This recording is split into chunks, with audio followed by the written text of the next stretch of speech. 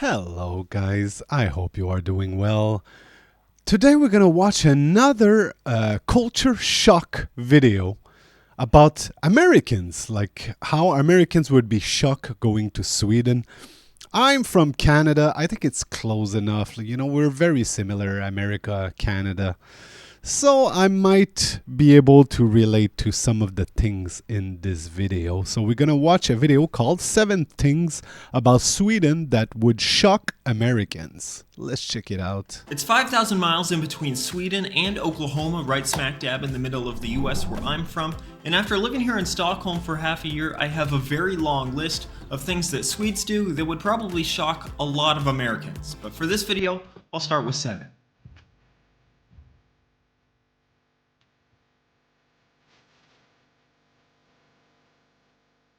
Hey, I'm Eric Payne, and I'm an American living in Sweden. I used to be a TV news reporter in the US until I moved to Stockholm in April, and now you're stuck with me here on YouTube. Number 1 on my list is the shoehorns. Let's just do this first one like a band-aid and just rip it off. Shoehorn? We'll get the most controversial thing I'll ever say out of the way. Everyone here in Sweden has at least one or several of these in their homes here, and if you don't know what they do, they basically help you put on your shoes. Look, I've been around the world. Americans don't do that? I mean, it's only like certain types of shoes you do that. Or do you also do it with any kinds of shoes? I mean, why not?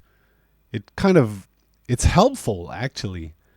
But I'm surprised Americans don't have that. Like, we have this in Canada. Okay, whatever it is, I'll understand.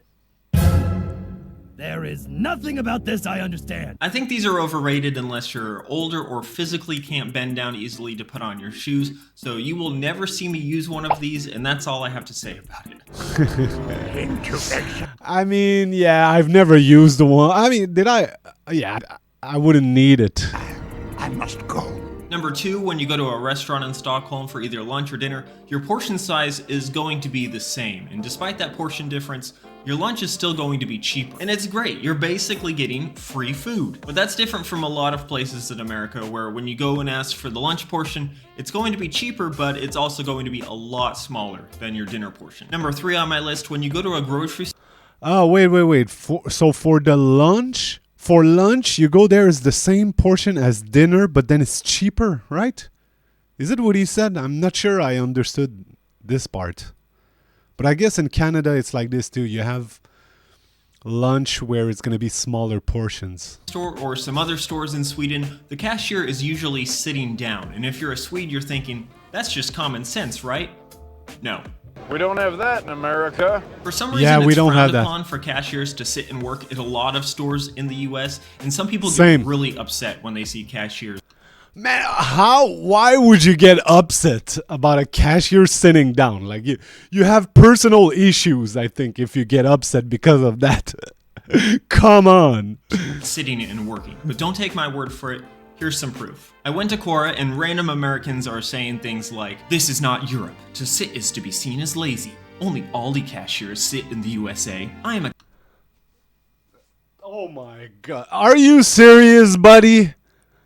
Woo, my God. Life is so boring that you gotta get angry at random stuff. cashier in the United States for 24 plus years, and in my opinion, sitting on your butt while ringing up people purchases don't look professional. I mean, that's why I don't like Aldi's. Plus, Aldi's is a generic store, and in my opinion, their food is not all that good. And also my personal What? favorite, because other countries are lazy and not in the shape, health-wise, as we are. And that one's especially Americans, they think they are the best in the world, right? stupid because according to the Bloomberg Global Health Index, the US is the 35th healthiest country in the world. That's behind Sweden and also pretty much every single European country.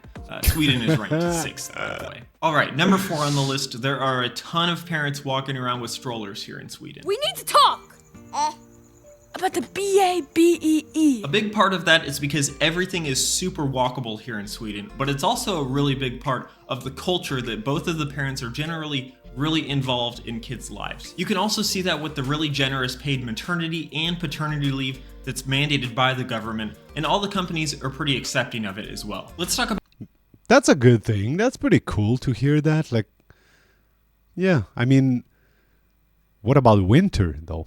About the weather here in Sweden. There's a really popular phrase that's there is no bad weather, only bad clothes. And that kind of hints at the incredibly boring weather here in Sweden. I mean, you have your spring, you have summer, fall and winter here is not the best generally, but I am here to report that there is definitely a such thing as bad weather, and you can go to this entire section of the US to find it. In a lot of the Midwestern US, you're glued to your TV when storms hit. There's non-stop weather coverage, weather-related TV specials, and storm chasers. The meteorologist at the Tulsa station that I worked at was basically a household legend, and I'm not exaggerating. He is the king of the Tulsa weather scene. We call him Travis Meyer. There's Travis Meyer memes like this one, and then there was one that was made into stickers, and then there was this one, and it doesn't even stop there because one business sold these Travis Meyer candles. So people take their storm season weather very seriously in parts of the US like in Oklahoma, and since I moved to Sweden, I have not had to look at my weather radar once. What's like Canada and Sweden, I think, are very similar. What's a typical, I mean, it's kind of difficult to say, but what's a typical winter temperature? In Canada, I would say like between, let's say, -10, -20, you know? This is going to be like kind of standard, I guess. Let's say -10, -15 maybe. -20, it starts getting super cold. Well, what are you waiting for? I don't know. Something amazing, I guess. Number 6 on my list of things in Sweden that would be a culture shock to Americans, Swedes love queues. When you're at a lot of stores here in Stockholm, Queues? odds are there's probably a queue unless it's a grocery store or another small shop. So even if there's nobody else in the store, you should probably be prepared to pull a number from a machine and wait until an employee rings up your number. I mean, that's well organized. It's better doing this than fighting for who's next. And finally, if you live closer to the equator and have a somewhat normal amount of sunlight at nighttime across the year, then you're going to be pretty shocked when you're here in Sweden. Winter is pretty rough. December 21st is the shortest day here. It has only 6 hours of sunlight, but Huh? Really? Oh, I didn't know that. when you get to the summer here in Sweden, it's great. It's almost never dark. On June 21st, the longest day, there's more than 18 hours of sunlight. No, it's nice. I think this might be it. Wow. Okay, now I feel dumb. I didn't know about that. It's like, let's say in Canada, wintertime, it starts getting dark outside at 4:30 p.m. 4:35 p.m. But 6 hours of daylight? That's not a lot. Wow. Hey, look, you guys. The sun's rising.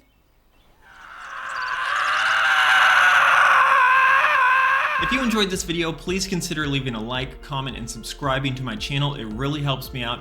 And if you missed my last video, it's about Julmust. Let me know. I want to know. Like, when he says during summer, there's a, like, at what time does it start getting dark outside? Like, is it like 9:30 p.m. it starts getting dark? Interesting. I had no idea, so I guess this is kind of a shock to me as well. Guys, thank you so much for watching this video. Bye bye.